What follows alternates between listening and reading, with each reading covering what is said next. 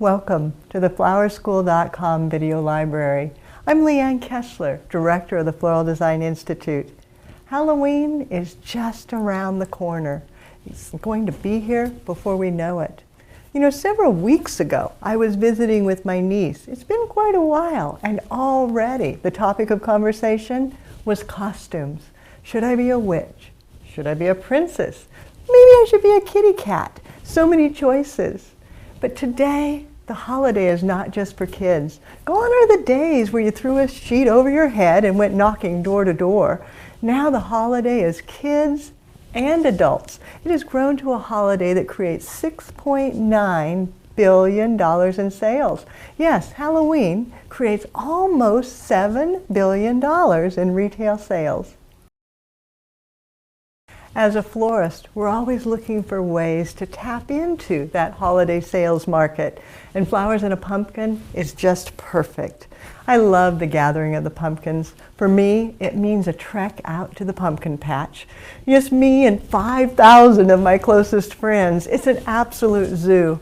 The only way to avoid it is to go on a weekday, early morning, when it's raining, and early enough to get there before all the grade school field trips. Then you might be able to get there with just a few hundred of your closest friends.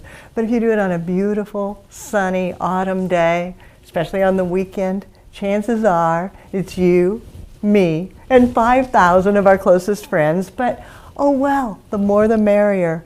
Now the pumpkins can be large, great big huge ones, medium, or small. And then the designs can be simple or ornate, fancy, whimsical. The choice is yours. The first step is to cut off the top. Now it's easier if you just lay the pumpkin on its side and cut straight down, rather than when you're doing it to carve and you're going round and round and round. It doesn't matter when you're creating an arrangement. Then it's actually not necessary to scoop out the innards. They can stay put. Doesn't hurt a thing, but a trick to keep it alive and fresh as long as possible. Coat the interior with Pam cooking spray. You sound like an advertisement. No, they're not sponsoring me or anything, but spray it with a cooking spray on the inside. Then set this right down inside. Wet foam in a liner. Now some people don't even use a liner.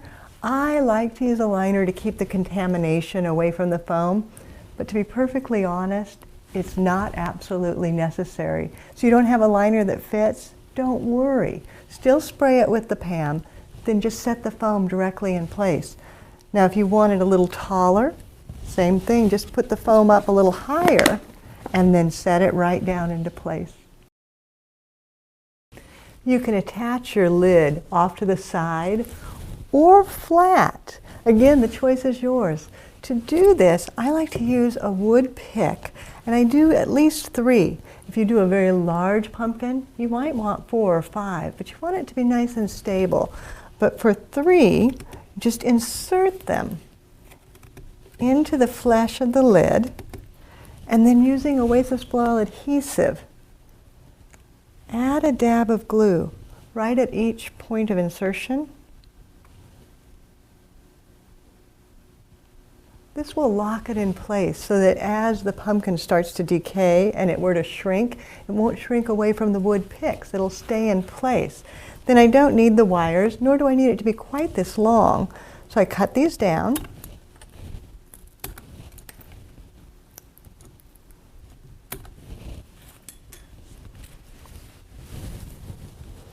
And then just set it right in place.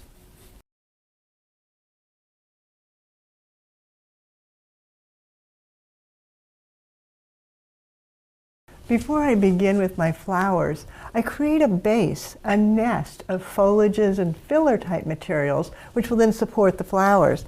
Oregonia is wonderful with the yellow-green variegation. It looks so fab. For the squatty, I just place it in between. It's almost like layers of a wedding cake where you tier the cakes and then the flowers.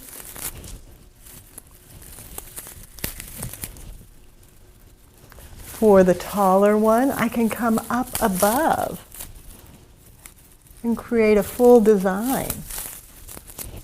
letting it fan outward. And also coming around to the front. And this will help support the lid as well. And around to the back. Then once I have the Oregonia the way I want it, maybe a little bit of seeded eucalyptus. Now this is dyed into this beautiful reddish color. Looks very autumny. Breaking it down and then setting it in place. Bringing some into the in-between sections. Even a little bit of sea holly. And this is blue, which isn't necessarily a traditional Halloween color, but it looks so wonderful with the other materials and adds great texture as well. Maybe use one of the large ones down in the center. And then continue until you get all of your nest together to support your flowers.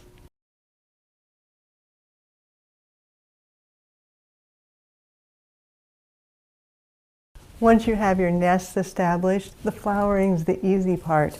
Maybe a little bit of draping amaranthus, letting it spill outward, draping down the side.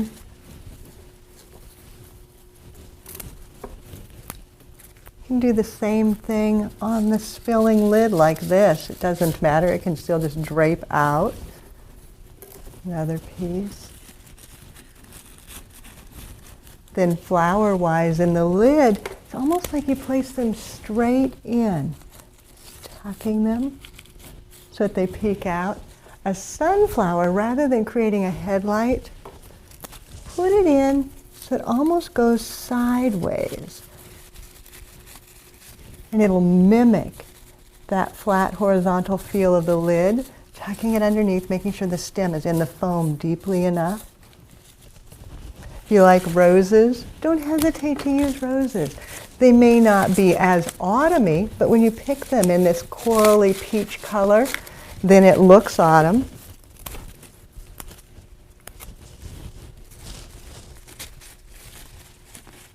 Tucking them down deeply so that they'll get into the water. And then just keep adding until you get all the flowers you want in place.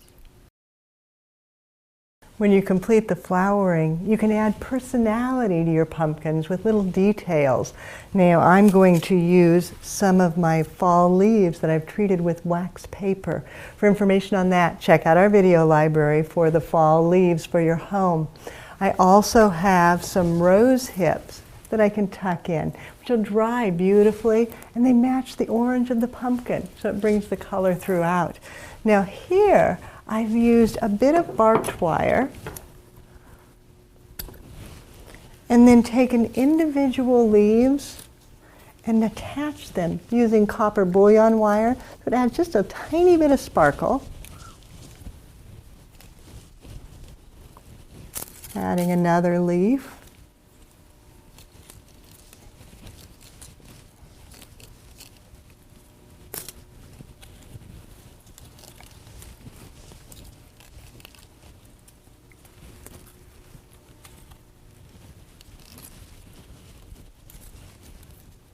And maybe one more, reversing it so it goes the opposite direction.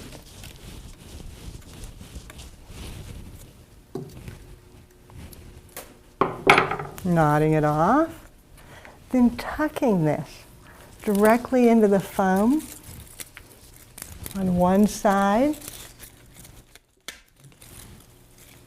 Wrapping it around to the other side. Creates movement throughout the design. In this one, I've tucked the leaves in just using a pick machine. So taking an individual leaf, breaking the stem down, then pulling forward and putting the artificial stem on, and then just slide it right into the foam. And I can do that throughout. For the rose hips, their stems are nice and strong, so just cutting them down and placing them where you want a tiny bit more color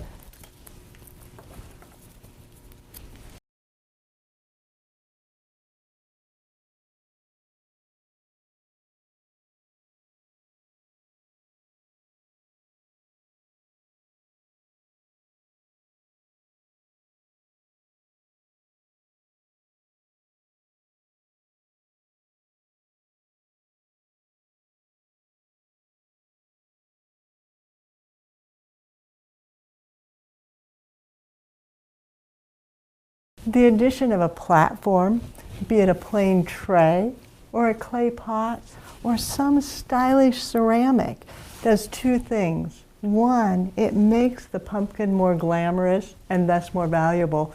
Two, it will protect the tabletop. You don't want to worry about the pumpkin starting to rot through and then damaging someone's fine tabletop. So by setting it on a platter, you're protected. Then with this, with the tray, you can go back, add your Halloween candy, and set it out for all to enjoy.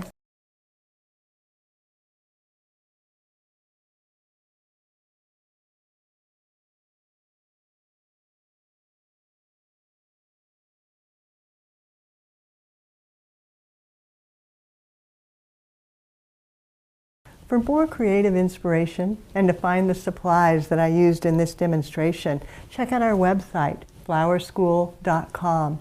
If you have questions or concerns, don't hesitate to call. We can help you. Our phone number is 1-800-819-8089. When you get your designs complete, send me a picture. I love to see what you've done or hear all about it. My personal email is Leanne, Leanne, @floraldesigninstitute.com. So now it's your turn. Head out to the pumpkin patch. See you there. Get your pumpkins, don't take mine, and gather your flowers. Happy Halloween, and do something you love.